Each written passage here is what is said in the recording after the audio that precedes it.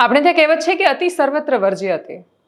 વરસાદનું પણ અતિ થયું તો આપણને વરસાદ પણ ન ગમવા લાગ્યો અને ડીપ ડિપ્રેશન જે આમ તો સામાન્ય રીતે નબળું પડીને ખતમ થઈ જવું જોઈએ એ સાયક્લોનિક સ્ટોર્મમાં ફેરવાયું. અસના એનું નામ પડ્યું, પાકિસ્તાને નામ આપેલું છે અને અસના હવે કચ્છથી આગળ વધીને પાકિસ્તાનની નજીક પહોંચી ગયું છે અને આ સાયક્લોન હવે કોઈ પણ દેશને ખરાબ અસર નથી કરવાનું. મોટા ભાગે કોઈ પણ જગ્યાએ તોફાન લઈને નથી આવવાનું, ખાલી કહેવા માટેનું સાયક્લોન છે અને એટલે જ અભિનંદન. કેટલાય દિવસો પછી આપણે શરૂઆત એક સારા સમાચારથી કરી રહ્યા છીએ. નમસ્કાર, આપની સાથે હું દેવાંશી. શું પરિસ્થિતિ છે રાજ્યમાં? શું હવે વરસાદ બિલકુલ નહીં આવે? તેનો જવાબ ના છે, કેમ કે હજી વરસાદની લાંબી સિઝન બાકી છે, લાંબો સમયગાળો છે. વરસાદ આવવાની પૂરી સંભાવનાઓ છે. આજે પણ ઉત્તર ગુજરાતમાં, મધ્યથી ઉત્તર ગુજરાતની આજુબાજુ વરસાદ હોવાની પૂરી સંભાવના છે. તમારે ત્યાં પણ પડ્યો હશે અને અહીંયા જે નીચે પશ્ચિમી સૌરાષ્ટ્ર કાંઠાના વિસ્તારોમાં પણ વરસાદ પડવાની પૂરી સંભાવના છે. આ એકદમ ચક્રવાત બની ગયું છે, સાયક્લોન છે. અસના નામ છે, અસના નામ પાકિસ્તાને આપ્યું છે. આની પહેલાં બિપરજોય હતું, જે નામ બાંગ્લાદેશે આપેલું હતું. બધાનો વારો આવે છે, ભારતનો પણ વારો આવશે. એટલે આ સાયક્લોન 6 મહિના પછી આવતું તો પણ એનું નામ આપવાનો વારો પાકિસ્તાનનો હતો. એ ફિક્સ કરેલું છે, એક સિસ્ટમનો ભાગ છે. અસનાનો મતલબ થાય છે કશાકની મધ્યે. કોઈ કશાકની વચ્ચે હોય, મધ્યમાં હોય ત્યારે એને અસના કહેવાય છે. ઉર્દુ શબ્દ છે અને અસના સાયક્લોન આગળ વધતા વધતા લગભગ તો ડાયલ્યુટ થઈ જશે. ઓમાન કે બાકીના કોઈ આફ્રિકન હિસ્સાને પણ નીચે અસર કરે એવી સંભાવનાઓ શેષ બચતી નથી અને એટલે તમે જોઈ રહ્યા છો કે એકદમ સાવ નબળું થઈ ગયું છે ને સાયક્લોન વિખેરાઈ જવાનું છે. કોઈ પણ જગ્યાએ ટકરાઈને દુનિયાના કોઈ પણ હિસ્સાને અસના વાવાઝોડું ખતરો બનીને અસર નથી કરવાનું અને એટલે જ આ પરિસ્થિતિ છે વરસાદની. ગુજરાતમાં શું વરસાદ બંધ થઈ જશે? તો જવાબ ના છે, કેમ કે સોમવાર પડતાની સાથે જ પાછું આ વિસ્તારોમાં વરસાદ શરૂ થવાનો છે. એટલે દાહોદમાં પણ પડશે, વડોદરામાં પણ પડશે, ઉપર રાજસ્થાનની આજુબાજુ પણ સિસ્ટમ બનવાની છે, મધ્યપ્રદેશની બાજુ પણ બનવાની છે. એનું કારણ એ છે કે બંગાળની ખાડીમાં બની રહેલા જે દબાણો છે એ વરસાદ લઈને આવવાના છે. આપણો દેશ બંને બાજુ, આ બંગાળની ખાડી છે, આ અરબ સાગર છે અને બંને બાજુ બનતી સિસ્ટમ આપણા દેશ પર વરસાદ પર અસર કરતી હોય છે. એટલે મધ્ય ભારતમાં જે વરસાદ થવાનો, અહીંયાથી જે પવનો આવી રહ્યા છે, અહીંયા જે દબાણો બની રહ્યા છે એ ગુજરાતના, રાજસ્થાન અને મધ્યપ્રદેશની બોર્ડર પર અડીને આવેલા વિસ્તારોને પણ અસર કરશે. પંચમહાલમાં એટલે કે પાવાગઢમાં વરસાદ પડે છે તો એને વડોદરાનો ઉપરવાસનો વરસાદ કહેવાય, તો ત્યાં પણ અસર થવાની છે. એટલે વરસાદને લગતા સારા સમાચાર એ છે કે જે ઉત્તર ગુજરાતમાં વરસાદ પડ્યો છે, બહુ વધારે નથી પડ્યો, સારી પરિસ્થિતિ છે, પણ જ્યાં બાકી છે એ હિસ્સાઓમાં પણ વરસાદ આવી શકે છે આવનારા સમયમાં. એટલે તમે ડુંગરપુર, ઉદયપુરની આજુબાજુ આ સોમવારની પરિસ્થિતિ હું તમને બતાવી રહી છું. ખાસું વહેલા શનિ રવિની રજાઓમાં તમે જતા રહો એની પહેલાં યાદ રાખજો કે સોમવારે પાછો વરસાદ આવી રહ્યો છે. દાહોદમાં પણ આવી રહ્યો છે, વડોદરામાં પણ આવશે, નીચે એમ પણ દક્ષિણ ગુજરાતમાં તો વરસાદ આવતો હોય છે. પણ હવે એ વરસાદની વચ્ચે સારા સમાચાર કે ખતરો ટળી ગયો છે, એ બધાની વચ્ચે એક વૃત્તિની વાત કરવી છે અને વૃત્તિ વિશે વાત કરતા પહેલાં આ દેશના પૂર્વ પ્રધાનમંત્રી અટલ બિહારી વાજપેયીની અમુક પંક્તિઓ યાદ કરવી છે. એમની એક કવિતામાં એમણે લખ્યું હતું, આહુતિ બાકી યજ્ઞ અધૂરા, આહુતિ બાકી યજ્ઞ અધૂરા, અપનો કે વિઘ્નોને ઘેરા, અંતિમ જય કા વજ્ર બનાને, નવ દધીચી હડ્ડિયાં ગલાએ, આવો ફિર સે દિયા જલાએ.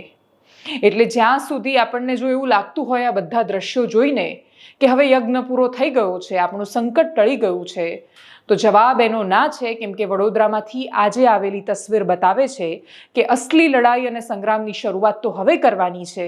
બાકી આ ભ્રષ્ટાચારીઓ, આ પાપીઓ, આ દુરાચારીઓ આપણને ક્યાંયના નથી મૂકવાના. આજે હવે આગળ વિસ્તારથી વાત કરીશું વડોદરામાં આવેલી એ તસવીરની અને એ સિવાય રાજ્યના અન્ય સમાચારની.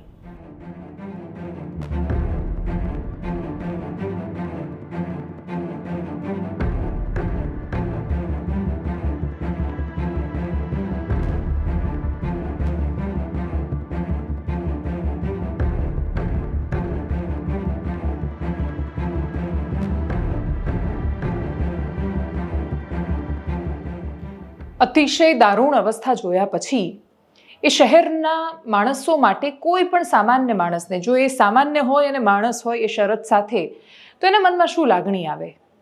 કાં તો દયાની, કાં તો પીડાની, કાં તો મદદ કરવાની હૂંફની, સહાનુભૂતિની, પણ કોઈ દિવસ એ ક્રૂરતા એના મનમાં ન આવે કે જે શહેર ઓલરેડી બરબાદ છે, જે શહેરને કરપ્શન મારી રહ્યું છે, જ્યાં ભ્રષ્ટાચાર માથાથી ઉપર ગયો છે, જે ભ્રષ્ટાચાર અને ભ્રષ્ટાચારીઓના પાપના કારણે આખું નગર ડૂબ્યું છે, ત્યાં જઈને કોઈના પૈસા મારી લેવાની વૃત્તિ ક્યાંથી આવે? પણ કમનસીબે આવે છે. આપણે ત્યાં દરેક આપદા કોઈને કોઈ માણસો માટે અવસર બનીને આવે છે, અને આપત્તિને અવસરમાં ફેરવવાની એ વૃત્તિમાંથી જ્યાં સુધી બહાર નહીં આવીએ ત્યાં સુધી ક્યારેય આપણે આ દેશનું કલ્યાણ કરી શકવાના નથી. વડોદરામાં સફાઈની જરૂર છે. સફાઈની જરૂર હોય તો સફાઈ કર્મચારીની પણ જરૂર પડે. હવે એકલા વડોદરા મ્યુનિસિપલ કોર્પોરેશનના કર્મચારી પૂરું કરી નથી શકવાના, એમનાય ઘર ડૂબેલા છે, ત્યાં પણ સફાઈની જરૂર છે, અને છતાં એ લોકો બહાર આવીને કામ કરી રહ્યા છે. 3-4 ડિપાર્ટમેન્ટ એવા છે કે જે અદ્ભુત કામ કરી રહ્યા છે. એક વીજળી વિભાગના કર્મચારીઓ, એક સફાઈ કર્મચારીઓ, એક ગુજરાત પોલીસના કર્મચારીઓ, NDRF, આર્મી, નેવી, આ બધા જે ફોર્સિસ છે તો હંમેશા સારું કામ કરતી હોય છે, એટલા માટે એમનો ઉલ્લેખ નથી કરી રહી. અને ડૉક્ટર્સ, જે લોકોને જેટલી પણ પોતાનાથી થઈ શકે યથાશક્તિ મદદ કરી રહ્યા છે. એ મદદ પૂરી ન થાય, નાગરિકો પણ જોડાયા સફાઈ અભિયાનમાં, પણ છતાંય જરૂર પડે, અને એટલા માટે અલગ અલગ બાકીની કોર્પોરેશનની ટીમ ત્યાં બોલાવવામાં આવી વડોદરામાં. એમાંથી જે એક અમદાવાદ મ્યુનિસિપલ કોર્પોરેશનની ટીમ પણ હતી, AMCની ટીમ અહીંયાથી લઈ જવામાં આવી. હવે 300 માણસ લઈ જવાના હતા, 100 જેટલા માણસો કથિત રીતે લઈ ગયા. 200 માણસો ક્યાંથી કર્યા કોન્ટ્રાક્ટરે મેનેજ? આરોપ એવો લાગ્યો કે ત્યાં એક માણસ ગયો હતો અને એણે એવું કહ્યું કે બાકીના કર્મચારીઓને AMCના જેકેટ પહેરાવી દીધા, અને ત્યાં એમને કહ્યું કે તમને 3000 રૂપિયા આપીશું, કામે લાગી જાઓ, 3000 રૂપિયાનો આપણે કોન્ટ્રાક્ટ થયો છે. એટલે એણે વડોદરાના જ સફાઈ કર્મચારીઓને AMCના જેકેટ પહેરાવી દીધા, એમની પાસે કામ કરાવવાનું શરૂ કર્યું. પેલા માણસોએ પણ એક્સ્ટ્રા કામ કરવાનું શરૂ કર્યું. 3000 રૂપિયાની લાલચ હતી મળશે, છેલ્લે 500 રૂપિયા પધરાવી દીધા. એટલે પેલું AMCનું જેકેટ પહેરેલા માણસો જે તે એક્ટિવિસ્ટની પાસે પહોંચ્યા, અને પછી આખો મામલો પહોંચ્યો કોર્પોરેશનની કચેરી પર. તમે વિચારો કે જે નગર ડૂબેલું છે એ નગરની સફાઈ કરાવવામાં 100 માણસ લઈ જઈને 300નો આંકડો બતાવીને એના એક માણસના 3000 રૂપિયા લેખે પડાવી લેવાની વૃત્તિ જ્યાં સુધી ઘર કરેલી છે, ત્યાં સુધી કોઈ આશા રાખવી સાવ નકામી છે કે કશુંક સારું થઈ જવાનું છે. એટલે હું અતિશય નિરાશ હતી. આખી રાત મને એવું થયું કે યાર, આ ક્યાં જઈને રોકાઈશું? પછી સવારે બધાએ કહ્યું કે આપણે આપણું કામ કરીને છૂટી જવાનું, પછી બહુ વિચાર્યા કરીએ તો આપણે બીજું કામ ન કરી શકીએ. એટલે નિરાશામાંથી બહાર આવવાની કોશિશ કરતી હતી, ને પછી આ સમાચાર જોયા, અને પછી થયું કે એ માણસો સાવ ખોટું નથી કહેતા. જે લોકો એવું કહેતા હોય છે કે જો તમારે સુખેથી રહેવું હોય તો તમે બહાર નીકળી જાઓ. આ પ્રકારની વાતો સાંભળીએ તો બહુ ખરાબ લાગે, બહુ નિરાશાજનક પણ છે. આશા હંમેશા બતાવવી જ જોઈએ, અને પત્રકારોએ તો પહેલાં બતાવવી જોઈએ. પણ જે લોકો અત્યારે આખા સમાજની પથારી ફેરવી રહ્યા છે, એવા લોકો જ્યાં સુધી બેખોફ, બેરોકટોક અને અતિશય ખરાબ હાલતમાં જ્યાં સુધી સામાન્ય માણસોને લાવતા રહેશે, ત્યાં સુધી શું આપણે કરી લેવાના કે બધું સારું કરી દેવાના? આ દ્રશ્ય કોર્પોરેશન પરના વિરોધના છે, જુઓ તમે. પૈસા વડોદરા શહેરના લોકોના છે, અને આપે છે અમદાવાદના નામ પર.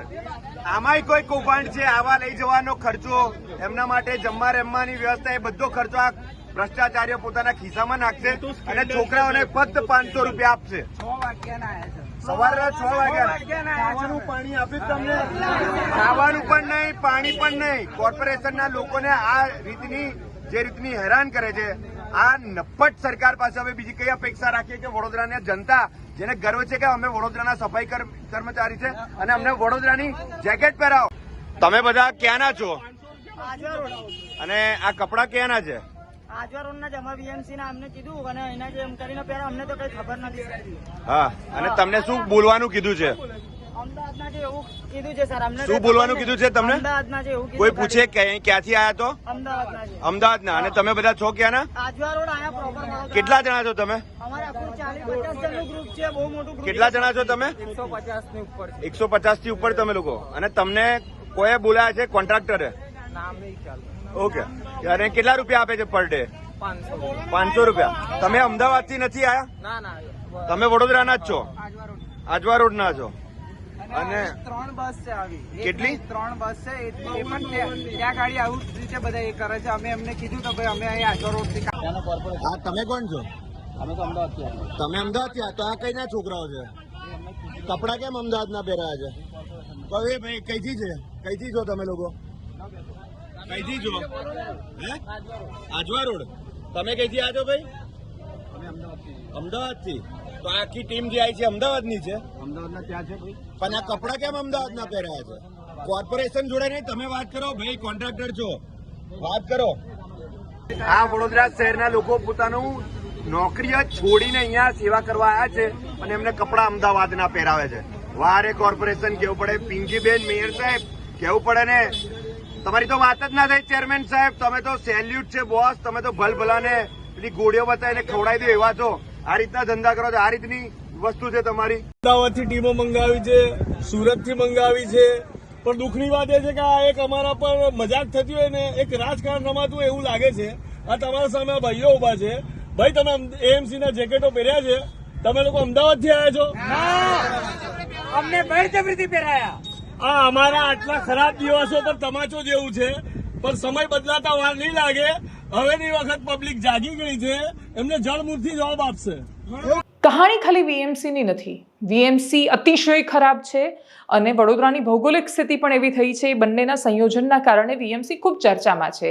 આ રાજ્યનું કયું કોર્પોરેશન દૂધે ધોયેલું, તો જવાબ મળતો જ નથી કે કોના વખાણ કરીએ. સરખામણીએ જોવા જઈએ તો એવું લાગે કે સુરતના નાગરિકો હજી પણ બોલે છે, વોકલ છે, ત્યાં પોલિટિકલ અવેરનેસ છે ખાસી બધી. એટલે સરખામણીએ એસએમસી સારું કામ કરે છે. સરખામણીએ જોવા જઈએ તો આદર્શ પરિસ્થિતિમાં તો કોઈ જ નથી.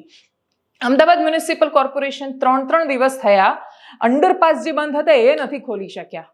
અંડરપાસ થયા શું તો કે ઉપર જે રસ્તા હતા ત્યાં જેટલું પાણી ભરાયું ત્યાંય ડ્રેનેજ નથી. પાણી ભરાય છે, પાણી ક્યાં છોડ્યું તો કે અંડરપાસમાં છોડ્યું. અંડરપાસમાંથી ક્યાં જશે? ગટરનું કોઈ કનેક્શન આપ્યું છે, ઢાંકણું મૂક્યું છે? ના, કશું જ નથી મૂક્યું. 3 દિવસ સુધી અંડરપાસ ન ખુલી શકે અને વગર વરસાદે, તો એને કયું કામ કહીશું?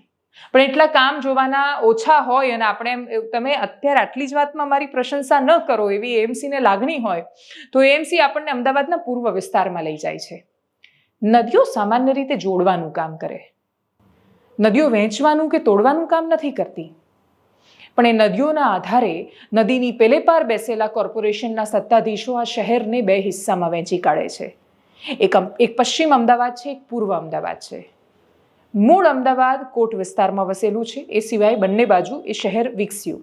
માણસો આવતા જાય, રોજગારીની તકો એમને ગામડામાં ન મળે, એ શહેર એમના સિવાયને કોઈ રસ્તો ન મળે, આખી સંસ્કૃતિઓ બદલાતી જાય અને ત્યારે નગરો વિકસતા જાય છે. એની કોઈ સીમા નથી હોતી. એટલે આજે અમારો જે સ્ટુડિયો છે થોડા સમય પહેલા ગામડું હતું, સાવ ગામડું, અમદાવાદની નજીક આવેલું ગામડું. એ ગામડામાં આજે કરોડોના મકાનો બન્યા, કરોડોની ઓફિસ બની. પણ અહીંયા જે સરખામણીએ જે કામ થયું, અહીંયા કંઈ બહુ સરસ કામ નથી કરી દીધું, પણ સરખામણીએ અહીંયા જે કામ થયું પૂર્વમાં તો સાવ ખરાબ હાલતમાં છે. એ મિડલ ક્લાસ માણસ કે જે સરકારી આવાસમાં રહેવા જાય છે એની શું હાલત થાય એ અમદાવાદના પૂર્વ વિસ્તારમાં આજે અમે જઈને જોઈ. અમે વડોદરાનું ફ્લડ રિપોર્ટ કરીને આવ્યા તો અમદાવાદના નાગરિકોએ કહ્યું કે છેક દૂર ત્યાં જાઓ છો પાણી ભરાયેલા જોવા. અમદાવાદના પૂર્વ વિસ્તારમાં તો નજર કરો કે વગર વરસાદે 4 દિવસથી પાણી જ નથી ઉતર્યા. ત્યાં પીવાનું પાણી એમને નસીબ નથી થયું. પીડા વડોદરાની હોય કે અમદાવાદની, એ અવાજો સામાન્ય માણસના હોય છે જે અતિશય દુઃખ સાથે નીકળે છે.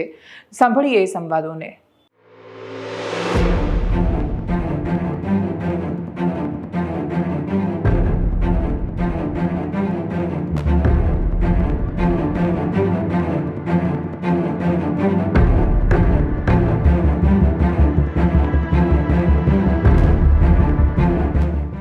આ તો 2017માં એકવાર થયું હતું.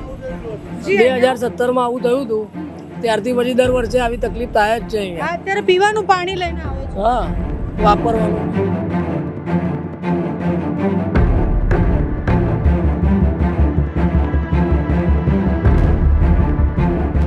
પાણી કાઢવાનું છે પણ બંધ પડેલું છે. બંધ પડ્યું છે. અચ્છા, એટલું વધારે પાણી છે કે પૂરતું જ છે. હા, આ દેખાવનું જ છે. જો અહીંયા જો તમે જોઈ શકો.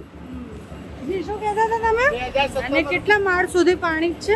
અડધો માળ હતો. પહેલો નીચેનો ગ્રાઉન્ડ ફ્લોર આખો અડધો હતો, આખું પાણી ભરાઈ છાતી સુધી. અચ્છા, તો કેટલા દિવસથી આ પરિસ્થિતિમાં રહો છો? 5 દિવસ. 5 દિવસથી. અચ્છા. અને કારણ કે અમારા મકાનો લગભગ અમને એવું લાગી રહ્યું કે કદાચ અમે ઊંઘેલા હોય ને મકાન ધરાશાયી થઈ જશે. કારણ કે છેલ્લા 15 વર્ષથી ચોમાસાના 4 મહિના પાણીમાં ગરકાવ મકાન લઈએ. માળ આવે છે 2-3 દિવસથી મ્યુનિસિપાલિટી વાળા કંઈ જમવાનું એવું બધું આપી જાય છે. ને કે પીવાનું તો પાણીનું શું કરે, જમવાનું તો કરીએ, બોટલ આલે છે, 1 બોટલ પીએ કે શું કરીએ. એવી ખરાબ હાલત છે. બનાવવાનું કોઈ એક બોટલમાં ખાવાનું બનાવ કોઈ બીજું કોઈ પીવાનું શું ચાલે લાવવાનું ₹5 વાળી બોટલ એ પણ ₹5 વાળી પાણી ઉભરાય છે. અમારું પાણી નહીં આવતું વરસાદનું. આ બહારનું પાણી ગટોરમથી ઉભરાઈને બહાર આવે છે, એ પ્રોબ્લેમ છે. અમારું પાણી નહીં, વરસાદનું પાણી તો આવતું જ નહીં.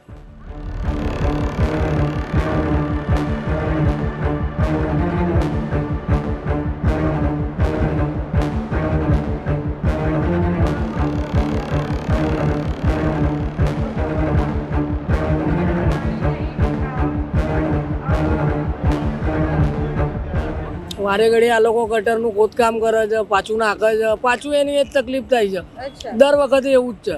દર વખતે નવી લાઈન નાખવાની બાને ખોદે છે અને પાછું બધું કરે છે. 18 બ્લોક છે, એક બ્લોક પર 36 મકાનો છે. એટલે બહુ જ વધારે વસ્તી રહે છે. વધારે વસ્તી એટલે નીચેના 8 મકાનો છે, એ તો ટોટલી પાણી જ છે અત્યારે હાલમાં. અત્યારે વરસાદ રહી ગયો છે તો એ ગટરો બેક મારે અને ઈ પાણી ભરાય છે. આ ગટરનું પાણી છે, વરસાદનું તો નથી, આ ગટરનું પાણી છે. ડ્રેનેજની લાઈનનું બ્લોકેજ પણ ખોલે છે, પણ ખાલી છે ને નામનું એમ બતાવવા માટે કે અમે અહીંયા કામ કરી રહ્યા છીએ. આ લોકો ગટરો બનાવે, રોડ તો હરકા કરતા નહીં, ખાલી એમને ગટરો કરીને જતા રહી છે. પૈસા ના અમારે ગમે તે મરીએ કે જે તે કોઈને જોવાય નહીં, કોર્પોરેટર જોવા નહીં આ એરિયાના. તો પાછું એમાંથી તળાવ ઉભરાયું અને પાણી બેક મારીને બહાર આવ્યું. પછી અહીંયા જે અમારે ડેનેજ લાઈન નાખેલી છે, જે પાણી લગભગ ચિલોડાથી લાઈન નાખી છે, એ પાણી બેક મારીને આવ્યું.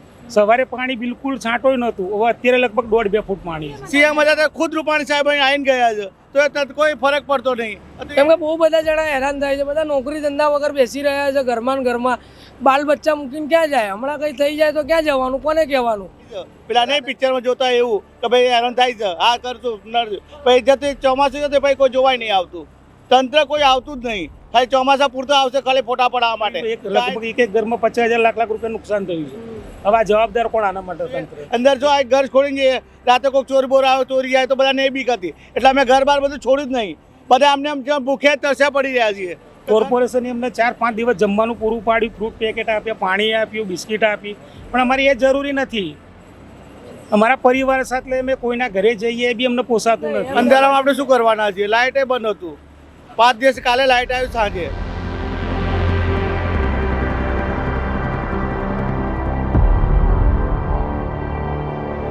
રાજકોટ ટીઆરપી ગેમ ઝોન પછી અમે બહુ બૂમો પાડી હતી. મારા સહિતના મોટા ભાગના પત્રકારો બૂમો પાડીને કહેતા હતા કે સિસ્ટમ અમે બદલીને રહીશું. એ સિસ્ટમ તો નથી બદલાઈ. એવું નથી કે સમાચારો અમે બતાવવાનું છોડી દીધું, સમાચારો બતાવીને કશું ઉખાડી ન લીધું, એ ભાવ તો આવ્યો. એવું નથી કે સાવે સાવ કશું નથી થતું, ઘણું બધું બદલાય છે. ઘણા બધા અવાજો છે જે ફરક પાડી શકે છે. ઘણી બધી સ્ટોરીઝ એવી હોય છે કે જ્યાં પરિણામ મળે છે. એટલે આજે પણ અમે ખૂબ ગૌરવ સાથે કહી શકીએ છીએ કે નલ સે જલની સ્ટોરી સતત બતાવે રાખી, વારંવાર બતાવે રાખી, તો અનેક ગામડા એવા છે કે જ્યાં ખાલી કાગળ પરની હકીકતમાં નળથી જળ પહોંચ્યું. કચ્છની શરીફાના વિસ્તારમાં સરકારી કોલેજ પહોંચી જ્યારે એણે અવાજ ઉઠાવ્યો કે પૂર તો આવીને જશે, સાયક્લોન તો આવીને જશે, અમારે ત્યાં એક કોલેજ હોવી જોઈએ, ત્યાં કોલેજ પણ પહોંચી રહી છે. આજે પણ શિક્ષા વ્યવસ્થામાં ઘણી બધી, એટલે જ્ઞાન સહાયક સિવાય કાયમી ભરતીની જાહેરાત પણ થઈ રહી છે, લાગુ થશે ત્યાં સુધીની પ્રતીક્ષા છે. અનેક એવા કામો છે કે જ્યાં અવાજ ઉઠ્યો છે, એ અવાજ પડઘાયો છે, એ અવાજ કાન સુધી પહોંચ્યો છે, હૃદયમાં સંસર્વો ઉતર્યો છે અને પછી બદલાવ મહેસૂસ કર્યો છે. ખાલી એક વાત એવી છે કે જેમાં મને એવું લાગે છે કે અતિશય વામણા અને લાચાર પુરવાર થઈએ છીએ, એ વાત છે ભ્રષ્ટાચારની. એ ભ્રષ્ટાચારમાં શું કામ દરેક વખતે એવું લાગે કે આ કશું જ બદલાઈ નથી રહ્યું? તો એનો જવાબ એ મળે છે કે અહીંયા ખાલી યથા રાજા તથા પ્રજા નથી, અહીંયા યથા પ્રજા તથા રાજા છે. પરસ્પર છે આ સંબંધો. એ કોન્ટ્રાક્ટર ક્યાંથી આવે છે? એ એએમસીના જેકેટ પહેરાવીને 200 માણસોના 3,000 લેખે રૂપિયા પડાવી રહેવાની વૃત્તિવાળો માણસ ક્યાંથી આવ્યો છે? નેતા શું કોઈ અલગ એન્વાયરમેન્ટમાં જન્મે છે? અધિકારીઓ માટે શું એક અલગ ગ્રહ આપણે રાખ્યો છે કે આપણે એમને મંગળ પરથી બોલાવીએ છીએ, નેતા છે તો ચંદ્ર પરથી બોલાવીએ છીએ અને પછી એવું કહીએ કે આ લોકો બધા બહુ ખરાબ છે? તો જવાબ ના છે. આપણું ચરિત્ર નીચે આવ્યું છે. અને આ જ્યારે હું આપણું શબ્દ બોલી રહી છું ત્યારે આપણે બધાએ એ જવાબદારી પોતાના માથા પર લેવી પડશે. 1-2 માણસો જવાબદારી પોતાના માથા પર લેશે એનાથી ચિત્ર નહીં બદલાઈ જાય. દરેકે માથા પર સ્વીકારવું પડશે કે એ વડોદરા મ્યુનિસિપલ કોર્પોરેશનમાં આ બધું જ બેફામ ચાલી રહ્યું હતું.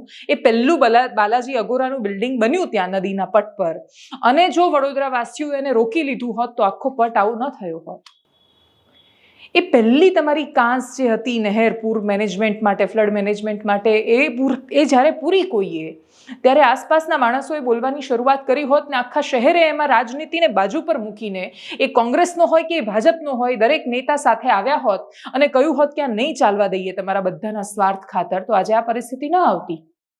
અનેક નેતાઓએ અમને ફોન કર્યો છે અને ફોન કરવાવાળા નેતામાંથી 90% નેતાઓ ભારતીય જનતા પાર્ટીના છે, જે એવું કહી રહ્યા છે કે તમે બહુ જ સારું કામ કરી રહ્યા છો.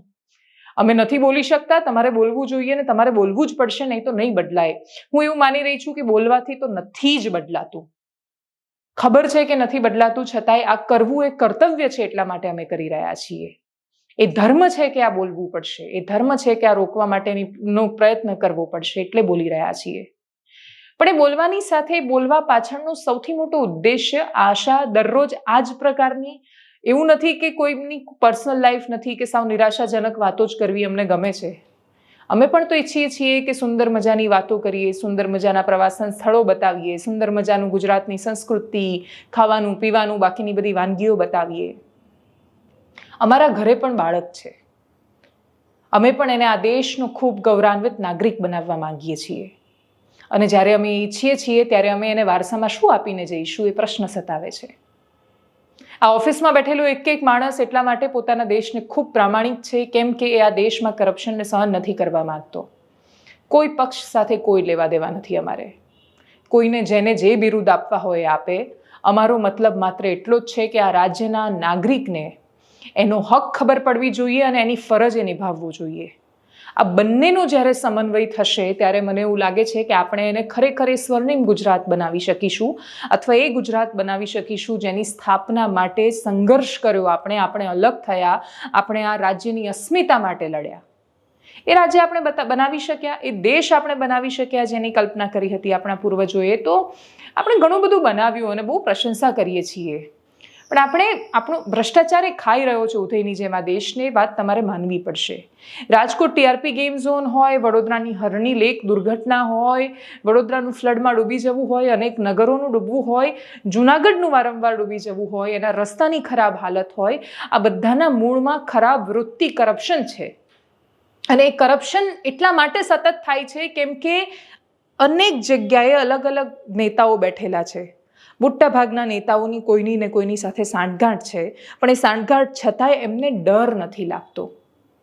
એમને એવું લાગે છે કે અમે જનતાને ભટકાવી શકીએ છીએ, મુદ્દો બદલાવી શકીએ છીએ, અમે ઈચ્છીએ એમ કરી શકીએ છીએ. છેલ્લા દિવસે કોઈ પણ લોલીપોપ કે રમકડું આપી દો એટલે કોંગ્રેસ જાતિના નામ પર ચૂંટણી લડે છે, ભારતીય જનતા પાર્ટી ધર્મના નામ પર ચૂંટણી લડે છે. બેમાંથી એક પણ એવું નથી કહેતા કે કરપ્શનની સામે અમે લડીશું. એક નેતાએ હિંમત કરી હતી અમદાવાદમાં એવું કહેવાની, એક ધારાસભ્યએ ચૂંટણી પહેલા, કે સરસપુર આમ જે પેલી રકાબી જેવું છે ને ત્યાં હું કાણું પાડીશ. આ વખતે પાણી ભરાયા તો એણે માફી માંગીને એવું કહ્યું કે કોર્પોરેશનવાળાએ સાંભળ્યું નહીં, હું માફી માંગુ છું. ધારાસભ્યનું નથી સાંભળતા, કોઈ માણસો સતત બોલ્યા કરે તોય નથી સાંભળતા. એટલે જો બોલવાથી એટલો જ બધો ફરક પડવાનો હોત તો છેલ્લા 2 વર્ષથી સતત એનાલિસિસ ચાલી રહ્યું છે. પાણી તો નહોતા ભરાવા જોઈતા, ગયા ચોમાસે પણ આના જ પ્રકારની વાતો હતી. એટલે ભરાય છે કેમ કે સાંભળે છે બધા જ લોકો, વાહ વાહ બહુ સરસ એવું કહે છે અને પછી આગળ વધી જાય છે. કોઈ રોકતું નથી એની બાજુમાં જ્યારે ખોટું થાય ત્યારે. અને હવે તો બહુ સરળ છે, તમારી પાસે મોબાઈલ છે, મોબાઈલની આંખોની બધાને બીક છે ને શરમ છે. ઈશ્વરના દરબારમાં શું થશે એની કોઈને બીક નથી. ખાલી આ લોકો કહેવા માટે ધાર્મિક છે, બાકી એમને ડર નથી લાગતો કે નિયતિ એમની સાથે શું કરશે આગળ જતા, એનો ડર નથી એમને. અને એટલે જ આપણે કહી રહ્યા છીએ એટલે બધું બદલાઈ જવું જોઈએ એવી જીદ પણ નથી. પણ જ્યાં ખોટું છે ત્યાં સુધી નાગરિકો જ્યાં સુધી બોલતા નહીં થાય ત્યાં સુધી નહીં બદલાય. આ બધા જ અધિકારીઓ મોટા ભાગના એમાંથી બહુ જ સામાન્ય પરિસ્થિતિમાંથી આવે છે. એ સામાન્ય પરિસ્થિતિમાં આવ્યા પછી અધિકારી બન્યા છે. તો ભૂલી કેમ જાઓ છો કે ક્યાંથી આવ્યા છો? ભૂલી કેમ જાઓ છો એ સંઘર્ષોને? વડોદરા મ્યુનિસિપલ કોર્પોરેશનમાં કામ કરતા મોટા ભાગના અધિકારીઓ, એટલે 99% અધિકારીઓના પપ્પા કરોડપતિ નહોતા. અને પપ્પા કરોડપતિ હોય તો કોઈ છોકરા જીપીએસસી યુપીએસસીની તૈયારી નથી કરતા. એ કાં તો ગરીબ વર્ગમાંથી આવે છે કાં તો મધ્યમ વર્ગમાંથી આવે છે. એટલી તૈયારી કરે છે, અધિકારી બને છે, ને અધિકારી બન્યા પછી એક ખુરશી પર બેઠા પછી શું થઈ જાય છે તમને? નેતા બનવા માટે જ્યારે નીકળો છો એટલે હવેનો સમય બહુ અલગ છે. બાકી અત્યારે જે જનરેશનના નેતાઓ છે એને નેતા બનવાની શરૂઆત ખાલી બધાના બૂચ મારવા માટે તો કરી નહીં હોય, પોતાના નગરને ડૂબાડી દેવા માટે તો આવતા નહીં હોય તમે શાસનમાં. પણ તમે એવું માની બેઠા છો કે હું શું કરી શકીશ. તમે એવું માનો છો કે આખી દુનિયા ચોરી કરે છે, જો હું ચોરી નહીં કરું તો હું પ્રેક્ટિકલ નહીં કહેવાઉં, હું બહુ જ પ્રામાણિક ને આદર્શવાદી કહેવાઈશ, મને મારી પાર્ટીમાં સ્થાન નહીં મળે, એવું માનીને ધીરે ધીરે તમે બધું એક કરી નાખ્યું. અને એટલે જ આટલી લાંબી વાતો સતત કરવાનો, અને કદાચ આવનારા સમયમાં વડોદરા વિશે બહુ વિસ્તારથી વાત કરવી છે, પણ ત્યારે કરવી છે જ્યારે આ જે પેલી ગરમી, આક્રોશ છે બધું શાંત થઈ જાય, મન એકદમ શાંત અને સંયમિત હોય એ સમજી શકવા માટે કે એક્ઝેક્ટ સમસ્યા ક્યાં છે અને શું કરવાથી એ રોકાઈ શકશે. અત્યારે વિચારોમાં આવેગ વધારે છે, અત્યારે વિચારોમાં આક્રોશ વધારે છે, એમાં પીડા વધારે છે, અને એ વેદનાથી કોઈ માણસ ઉપર નથી રહી શકતો, એટલીસ્ટ હું તો નથી રહી શકતી. અને એટલા માટે આજે સમાચાર કરતાં એ વાતો વધારે છે જે સામાન્ય માણસોના મનમાં છે. અને જો દરેક સામાન્ય માણસ આ દેશનું એવું ઈચ્છે છે કે કરપ્શનથી મુક્તિ મળવી જોઈએ, તો મુક્તિ મળતી કેમ નથી? કેમ કે મનમાં બોલીને સૂઈ જઈએ છીએ, કોઈને નહીં સંભળાય. ગળું આપ્યું છે, બોલો, કોઈ ચિંતા કર્યા વગર, દરકાર કર્યા વગર બોલો ને, બધાની સામે બોલો. મારા વાળાની સામે બોલું ને એના વાળાની સામે ન બોલું, એ જે પેલું સિલેક્ટિવ એપ્રોચ છે એમાંથી બહાર આવો. કરપ્શનને રોકવાની પહેલી જવાબદારી નાગરિકોના માથા પર છે.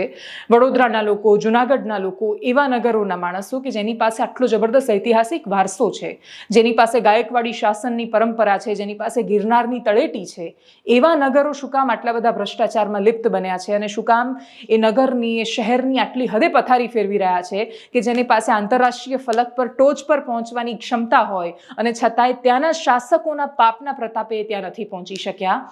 આશા રાખીએ કે આપણે બધા જ ભેગા મળીને વડોદરાને ફરી એકવાર એ ગાયકવાડી શાસનનો ગૌરવ પાછો અપાવી શકીશું. એનાલિસિસમાં અત્યારે બસ આટલું જ. જો આપ અમને યુટ્યુબ પર જોઈ રહ્યા છો તો સબસ્ક્રાઇબ કરો, ફેસબુક પર જોઈ રહ્યા છો તો ફોલો કરો, અમારા વિડીયોને શેર કરો. નમસ્કાર.